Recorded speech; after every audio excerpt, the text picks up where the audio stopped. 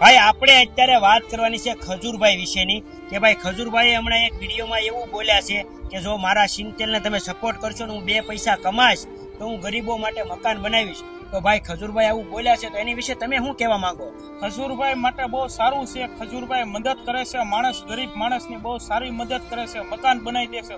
તો જરૂર ખજૂરભાઈનું સિંગતેલ ખાવું જરૂરી છે. અને ભરવાડ માલધારીને ગૌસરનું બધામાં એ ગૌશાળાના વેડા પણ બનાવે છે.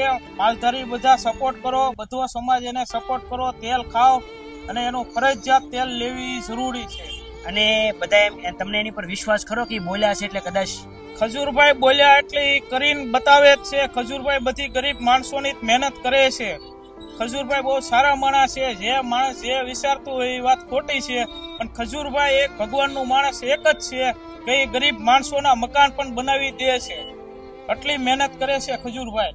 જો ભાઈ આ મારા મહેશભાઈ છે, ભરવાડ સમાજમાંથી આવે છે, માલધારી સમાજમાંથી, પોતે ચા વેચે છે, પણ એનું કહેવાનું એમ છે કે ખજૂરભાઈ બોલ્યા એટલે કરી દેશે. તો ભાઈ ખજૂરભાઈનો વિશ્વાસ લોકો પ્રત્યે એવો ને એવો જ છે.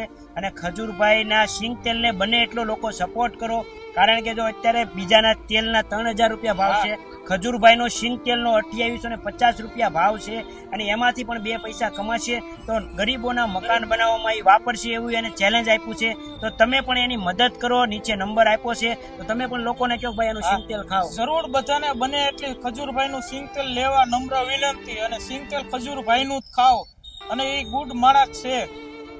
થેન્ક યુ મહેશભાઈ. અને તમે મિત્રો પણ તમને પણ જો ખરેખર વિશ્વાસ અને ભરોસો હોય તો કોમેન્ટ કરજો ખજૂરભાઈ ઉપર, અને સિંગતેલ લેજો અને સિંગતેલ લઈ અને અમને ડબ્બાનો ફોટો પાડીને મેન્શન કરજો.